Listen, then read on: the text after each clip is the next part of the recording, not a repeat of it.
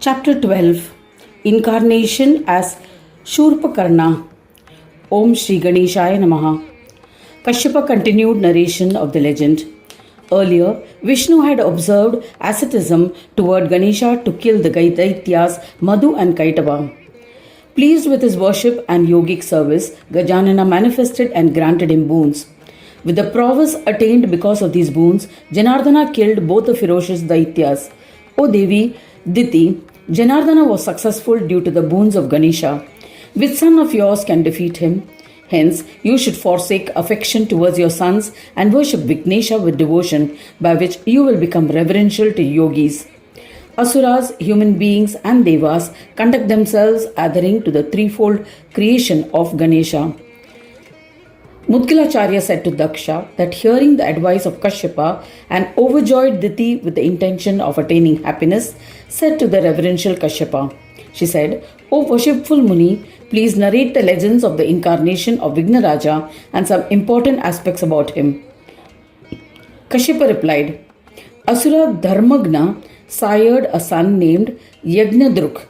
The evil son worshipped Shiva. He chanted the Shiva Panchakshara mantra to please Lord Shiva. After 1,000 heavenly years, Shankara was pleased and manifested to grant him boons. Yagnadruk performed the puja and extolled him. Shankara was pleased and said, O Asura, I am pleased with your penance. Ask for a boon and I shall grant it to you. The Asura demanded that grant that I shall not die at the hands of anyone who is endowed with the three gunas, Sattva, Rajas and Tamas. Grant me sovereignty of the universe, grant me good health, grant that whatever I may wish for will be fulfilled. Shankara said Tathastu and disappeared. Thereafter the Daitya returned to his residence. He became the king of Daityas. He assembled his army and set out to conquer the world.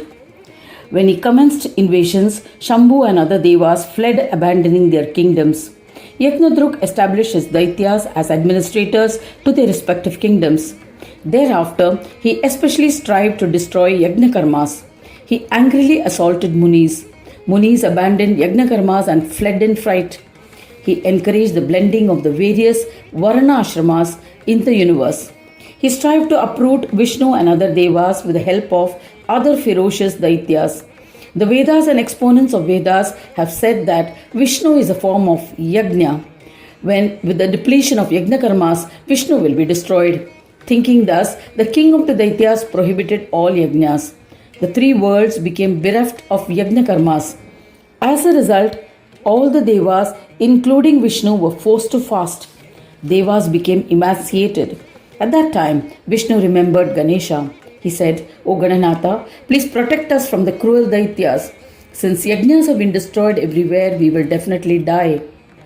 Pleading thus, Vishnu and all the devas commenced austere penance. They chanted the Ekakshara mantra of Ganesha with devotion. After 100 years of penance, Gananayaka became pleased and manifested. The devas performed his puja and extolled him. He decided to grant them boons. They asked for the destruction of the Daityas. Vigneshwara granted them the boon and along with the devas attacked Yagnadruk. After waging a fierce battle, he injured the Daitya with his Ankusha, killed him and liberated him. He drove the Daityas to Patal. Thereafter, Vishnu bowed to him and with palms joined in reverence, along with the Devas, Munis and Ganas, praised Ganesha.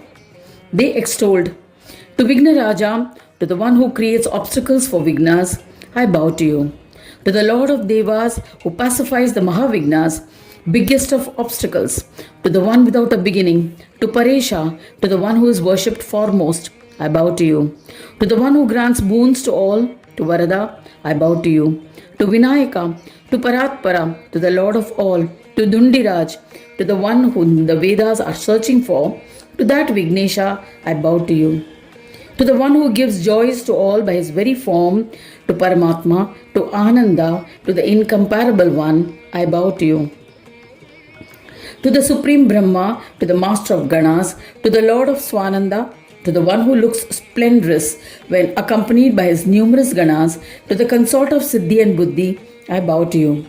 To the forms of Brahma, Vishnu and Mahesh, Shakti, Shankara, who are created from your Amsha, to the form of Indra and other Devas, I bow to you. To the one who assumes the form of Kshatriya to protect the Munis, I bow to you. To the one who becomes a Shudra to ensure nourishment of Vaishyas, I bow to you. To the one who assumes the forms of birds and animals for all Varnashramas, I bow to you. To the one who assumes the forms of Devas for the virtuous and sinless, to the one who manipulates the Rakshasas, to the one who resides in all animate and inanimate objects, O Shurpakarna, I bow to you. To Trinetra, to the bearer of the trident, to the bearer of the chakra, to the bearer of the noose, to the goad, to Heramba, I bow to you. To Paresha, to the one who resides in all, to the one who enlightens all, to Niranjana, without passion or emotion, to Ayoga, to the Sanyoga form endowed with Maya, to the lustrous form who grants peace to everyone, I bow to you. Where even the Vedas were stunned and remained silent while praising you, how can I praise you adequately, O Ganadisha?